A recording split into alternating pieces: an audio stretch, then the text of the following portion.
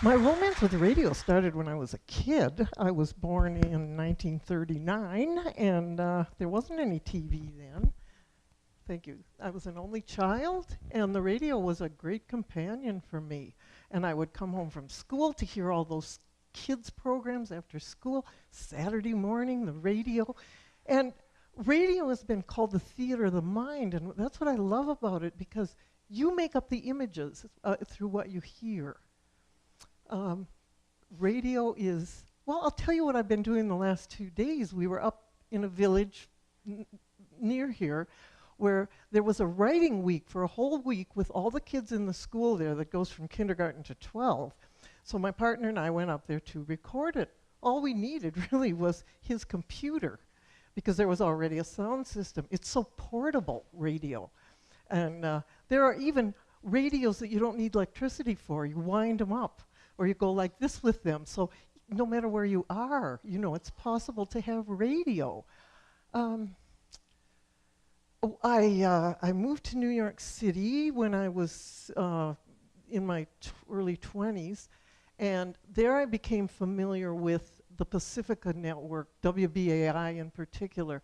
And I had a child when I was there, and so I was in the house a lot, and I listened to it all day long, and it was totally listener supported, and you never knew what you'd hear, and it was really, really wonderful. And there was one program in particular called Radio Unnamable, which we actually stream now at Co-op Radio. I'm happy to say it's been going for ever since the station started in 1960. Same host, used to be on every night, now it's on once a week.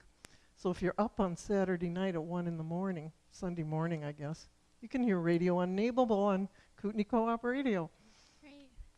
So I know a little bit through talking with you about this Radio Unnamable, and from what I understand, this radio station, this show, talked about a lot of different controversial and edgy issues that were going on at that specific time, that very day. People would call in. Can you kind of expand on what that program is? Yeah, well, that's where I learned how about community building through radio.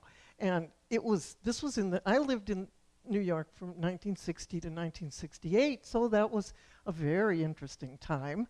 And there was a lot going on, and people didn't have cell phones then. And so WBAI became kind of a clearinghouse for what was going on. So people would call in to a program that was in progress and just say, you know, there's something going on down here, we need witnesses, and people would go. One of the best things that happened was one night, Bob Fass on Radio Unnamable said, let's all go to the airport.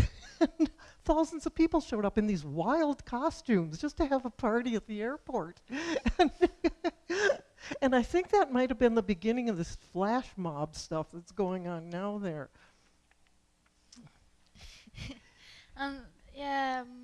How have you seen radio, especially that Radio Unnamable? I know you have lots of examples, but how have you seen it be an effectual vehicle for change? Well, information is so important, and if you're not getting it, you don't know how to respond. And this information on Radio Unnamable, because it was an open, it's called Freeform Radio, and the host of it is actually considered the granddaddy of Freeform Radio, and they have several phones there, so people call in. They call in and talk to the host. They call in and talk to each other and have conversations and argue and all this stuff. It's pretty wonderful. Now, what was the question? Have you seen it be contribute to different changes that have come up in the community? Oh, very much so. Just as far back at that time, I know when there's actually been a movie made about this called The Chicago 10, and when I don't want to go into all the background. I know a lot of people here probably weren't even alive at the time, but there was this incredible trial in 1968 in Chicago. And you may recognize some of the names, Abby Hoffman, Dave Dellinger, people like that. And it came out of this, was it a Democratic Party convention to nominate somebody for president there.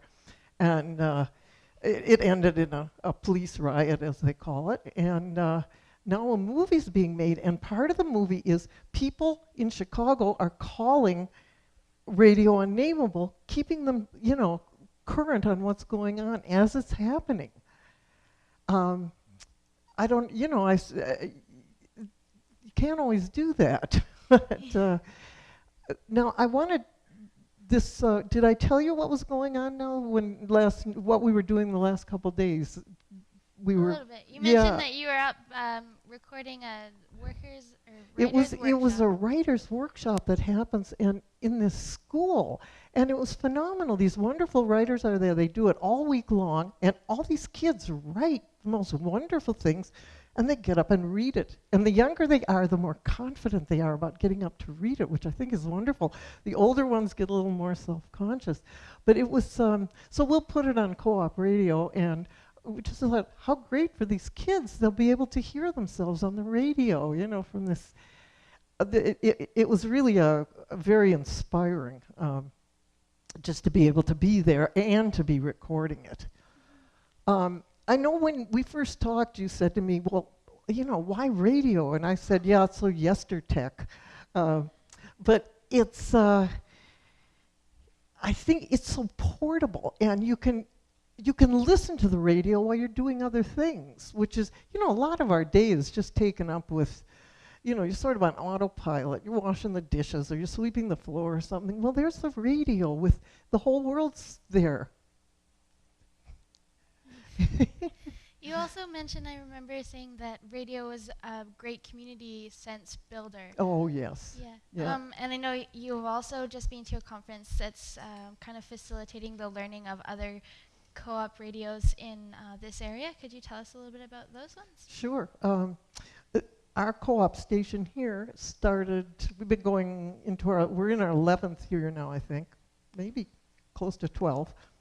So there was talk around a few people around the station kept saying, oh, we should get bigger, we should expand. And other ones of us said, no, we should nurture other stations. And this has happened. So we had a conference last weekend called the CRCR, Community Radio, conference, regional conference. So there have been 5 little stations have popped up now in this area, and people came. There were workshops and networking, and I think it was very successful.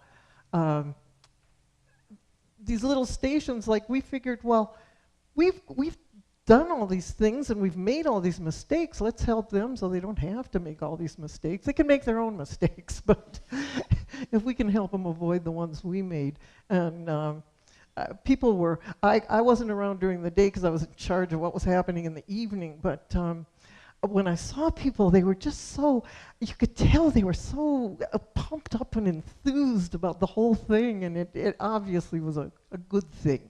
Mm-hmm. And so radio is growing, oddly enough. Yeah, I know a lot of the different things that I do with a lot of different foundations and stuff like that. The work that I've been kind of somehow involved with is youth entrepreneurship, and keeping youth in small communities, I know, is a really kind of a difficult problem for a lot of rural communities, especially in BC right now. You know, you graduate from high school and you immediately leave, you go to university, you go to a big city, you have that kind of life. But really around Nelson especially, I see a lot more youth wanting to stay in their small town. And I think, you know, the sense of community that is built here is really important. And I'm really excited to see how these other small community radio stations in Creston and in Salmo, I am so surprised that they have them. I'm stoked. Yeah. Seminar? Yeah. And the cusp. And the cusp. Those are the 5 that came. I think that's really important that they're doing that, and that's really exciting. Yeah. I agree. Yeah. And the thing about kids leaving, my kids left in the 80s because there was, it was really depressed here. They've come back now. They've all come back, all 2 of them. have come back. And there's something about this place. There's also something here like radio, like you can try it. We have a youth radio camp in the summer. We're going to have an elders radio thing in this summer. And for people to learn it. And it is, it's not, you don't have to go to college for 4 years to learn radio. You can just come down to Co-op Radio and we'll show you what to do. And it's so inclusive, like the more the better. And it really, I think it reflects this community quite successfully. Yeah. I remember I already told you this, but the other day I turned on Co-op Radio, and that's something whenever I'm at home and I just don't have the energy to ruffle through piles of CDs that have no names on them and all those crazy things. I just turn on the radio, and usually it's surprising and nice. And the other day I turned it on, and I had to turn it off right away. I was so distracted by whatever was coming out of it. But what I loved about that situation was that I could turn it on, and there could be something that I thought sounded terrible. Just gonna say that right now. I thought it was terrible sounding to me, but somebody was allowed to put that out there because that was good music for them. That's what they enjoyed listening to, and somebody else, hopefully in Nelson, enjoyed listening to that as well. Maybe there's only one other person, but still, you get that chance to broadcast that here. So, exciting. Anyways. We're open to all of it. Yeah, I think that's really great. One last question: what would you like to see radio and independent media do in the future? Well, just keep on keeping on. Nice. That's it. Thanks. Good.